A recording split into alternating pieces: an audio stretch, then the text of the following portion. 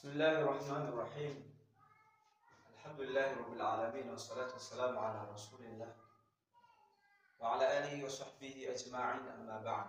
Naam, tupo na mwendelezo wa darasa zetu za kujifunza namna ya kusoma Qur'ani na namna ya kuandika lugha ya Kiarabu. Sasa katika vipengele vilivyopita tulipata kujifunza kitu kinachoitwa herufi za hijai. Tukaja kupata kuona kwamba zipo alifu hadi ya. Tukazisoma herufi za hijai, tukaja pia tukasoma kipengele katika hizi herufi za hijai. Tukaja kuona miundo yake. Miundo ya herufi za hijai. Miundo ya herufi za hijai. Tukaona pia miundo ya herufi za hijai kuanzia alif mpaka ya katika usomaji wa asili. Kasema pia herufi hizi katika miundo zinasomeka kama zilivyo katika usomaji wake wa asili. Lakini pia tukaja kuona katika hii miundo, tukaja kuona kitu cha kuunga herufi. Tukaja kuona kitu kinaitwa kuunga herufi. Baada ya hapa tukafanya mazoezi katika kuunga herufi mbalimbali. Sasa leo tutakwenda kuona kipengele kinachofuata kinaitwa haraka.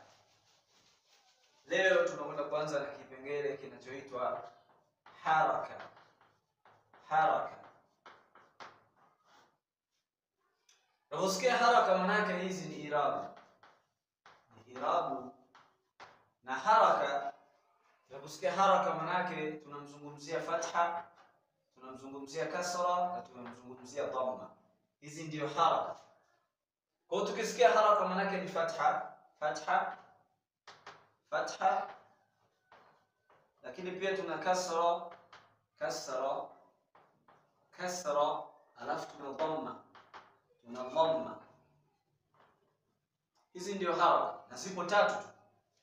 Kwa hiyo katika haraka hizi tunakwenda kuziona katika herufi za hijai. Tumesoma katika usomaji wa asili. Kwa mfano alif anasomeka kama alif. Huu ni usomaji wa asili ambapo herufi haina alama yoyote ya usomaji, aidha haraka, haina tanwini, haina shadda wala sakna. Sasa leo tunakwenda kuona hizi herufi zinapokuwa na haraka, irabu aidha ya fatha au irabu ya kasra au irabu ya dhamma zinakuwa zinasomekaje. Lakini kabla tujakwenda, irabu ya fatha inaandikwa kama hivi, kama alama ya mkato, lakini yenyewe inakuwa juu ya herufi. Inakuwa juu ya herufi, na irabu ya kasra inakuwa chini ya herufi, inafanana na irabu ya fatha, lakini yenyewe inakuwa chini ya herufi. Kwa hiyo popote utakapoona alama kama hii chini ya herufi, basi hiyo ni irabu ya kasra. Lakini irabu ya dhamma inakuwa kama ni wao ambao ni ndogo, inapatikana juu ya herufi. Kwa hiyo irabu ya fatha na irabu ya dhamma ndizo zinazopatikana juu ya herufi. Irabu ya kasra pekee ndio inayopatikana chini ya herufi. Kwa hiyo irabu tuna fatha, kasra na dhamma. Fatha, kasra na dhamma. Twende tukaone mfano katika herufi za hijai zinaandikwaje na namna gani zinasomeka. Hapa tuna herufi za hijai kuanzia alif mpaka ya. Alif, ba, ta, tha, jim, ha, kha, dal, dal, ra, za, sin, shin, صاد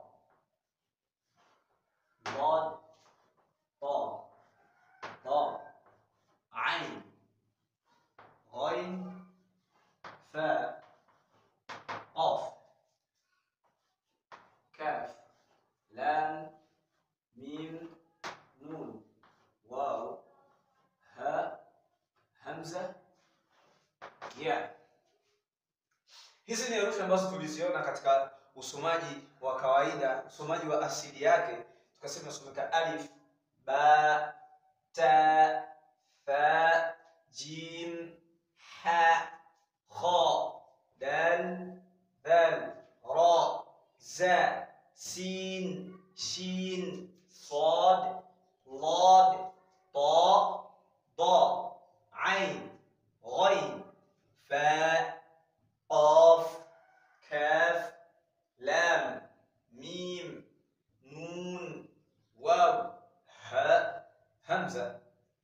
Sasa tunaweza kuona sasa zikiwa na haraka ya fatha.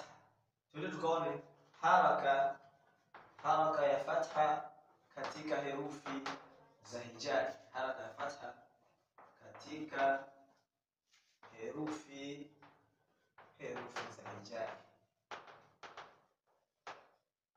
Haraka fatha. Kwa hiyo hii inamaanisha inapatikana juu ya herufi. Kwa kila herufi tunaiwekea haraka ya fatha tuone inasomekaje. Sasa huu ni usomaji, tunauita usomaji endapo herufi itakapokuwa na haraka ya fatha. Usomaji endapo herufi itakapokuwa na haraka ya fatha. Kwa hizo herufi za hijai zote tumezitia haraka ya fatha, tuone zinasomekaje. Usomekaji wake ni tofauti na usomaji wa asili. Tulikuwa tunasema alif, tutasema a. Ba, tutasema ba. Tuvuti alif ikiwa na haraka ya fatha. Ba, katika usomaji wa asili ba ikiwa na irabu ya fatha tunasema ba, hatuvuti. Hii tulikuwa tunasoma ta ikiwa na irabu ya fatha tunasema ta. Hii ilikuwa tunasema tha na ilikuwa na irabu ya fatha tunasema tha, hatuvuti. Hii ni jim, inapokuwa na irabu ya fatha tunasema ja. Hii ni ha, inapokuwa na irabu ya fatha tunasema ha. Huu ni kha, inapokuwa na irabu ya fatha tunasema kha. Huu ni dal, inapokuwa na irabu ya fatha tunasema da. Huu ni dhal, inapokuwa na irabu ya fatha tunasema dha. Huu ni ra, inapokuwa na irabu ya fatha tunasema ra. Huyu ni za, inapokuwa na irabu ya fatha tunasema za. Huyu ni sin, inapokuwa na irabu ya fatha tunasema sa. Huyu ni shin, inapokuwa na irabu ya fatha tunasema sha. Huyu ni sad, inapokuwa na irabu ya fatha tunasema sa. Huyu ni lad, inapokuwa na irabu ya fatha tunasema la. Huyu ni ta, inapokuwa na irabu ya fatha tunasema ta. Huyu ni da, inapokuwa na irabu ya fatha tunasema da. Huyu ni ain, inapokuwa na irabu ya fatha tunasema an. Huyu ni ghain, inapokuwa na irabu ya fatha tunasema gha. Huyu ni fa, inapokuwa na irabu ya fatha tunasema fa. Huyu ni qaf, inapokuwa na irabu ya fatha tunasema qa. Huyu ni kaf, inapokuwa na irabu ya fatha tunasema ka. Huyu ni lam, inapokuwa na irabu ya fatha tunasema la. Huyu ni mim, inapokuwa na irabu ya fatha tunasema ma. Huyu ni nun, inapokuwa na irabu ya fatha tunasema na. Huyu ni waw, inapokuwa na irabu ya fatha tunasema wa. Huyu ni ha, inapokuwa na irabu ya fatha tunasema ha. Huyu ni hamza, inapokuwa na irabu ya fatha tunasema a. Sasa huyu na alif katika usomaji wanapokuwa na irabu, wanapokuwa na tanwini, wanapokuwa na chochote katika alama za usomaji isipokuwa usomaji wa asili ndio wanatofautiana. Usomaji wa asili alif na hamza wanatofautiana. Huyu ni alif, huyu ni hamza.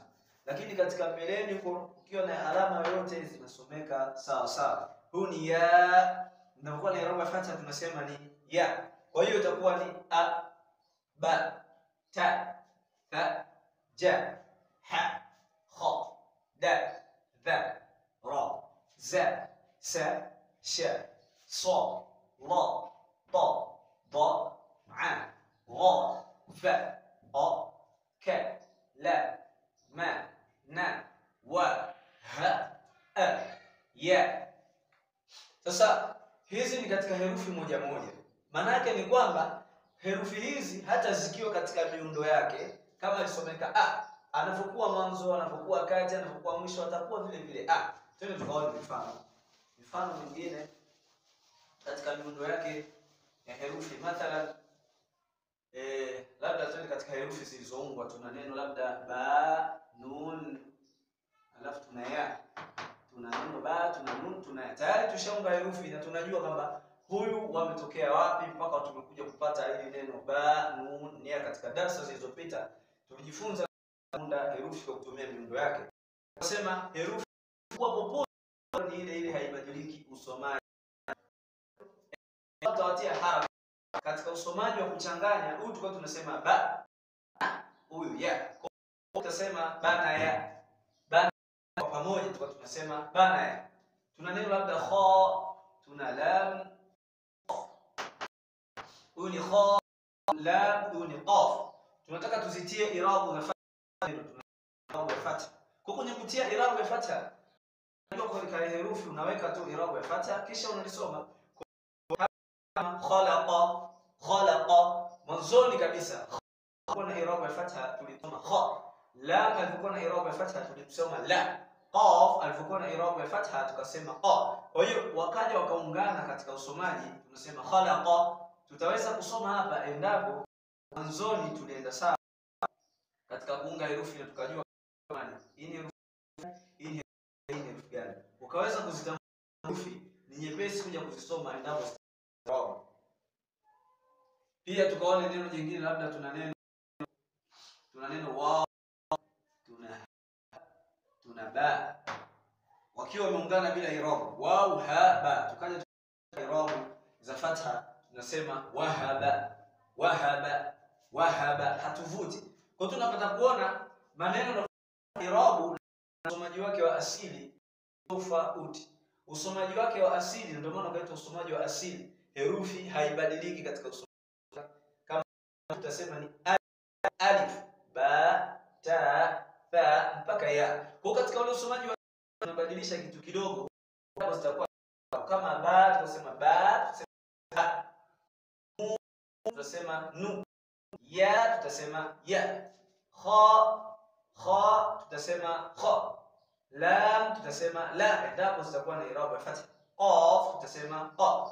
Twende kuona mfano neno jingine, labda tuna neno, labda tuna nun, tuna ba, tuna lam, tuna kaf, tuna waw, tuna ya, tuna ha, tuna ja, ya,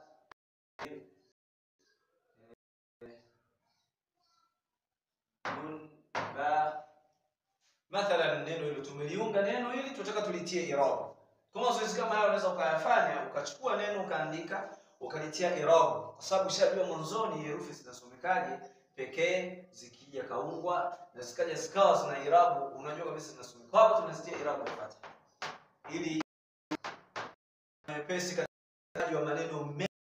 Kwa hiyo tunapata kuona huyu ni ba, huyu ni la, huyu ni kaf, waw, huyu ni ya, huyu ni ha, huyu ni nun. Na hiyo ya kwanza ili uweze kusoma lazima upate herufi.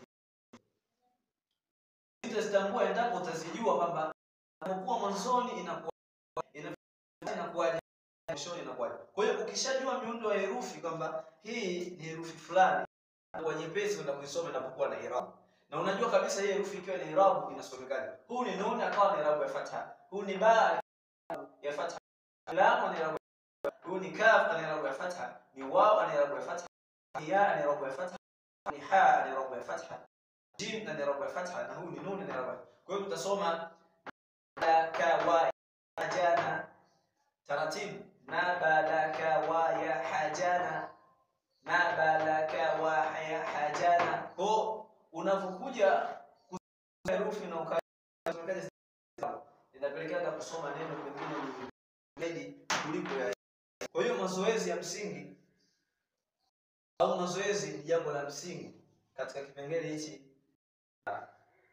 Hata kasi tu kipengele hiki, kinachobaki ni kaandika mengi na kuyafanyia mazoezi na zaidi kusoma kwa ufasaha na kwa umakini. Inakuwa imetokea changamoto, rejea masomo ya nyuma, rejea kwanza kabisa tulivyojifunza matamshi ya herufi za hijai, kisha nenda kipengele cha pili kasome miundo ya herufi za hijai, then nenda kasome kwenye kuunga herufi. Soma herufi zikiwa zimeungwa pekee bila kuwa na haraka wala nini. Ukiweza kuchallenge hapa huku tunakwenda mbele na kuwa nyepesi katika kusoma, na kila siku unajitahidi kusoma angalau herufi hata 10 angalau ngapi, na inafanya nyepesi katika usomaji na uandishi wa lugha ya Kiarabu. Wajazakumullahu khairan, sadaqallahu alazim.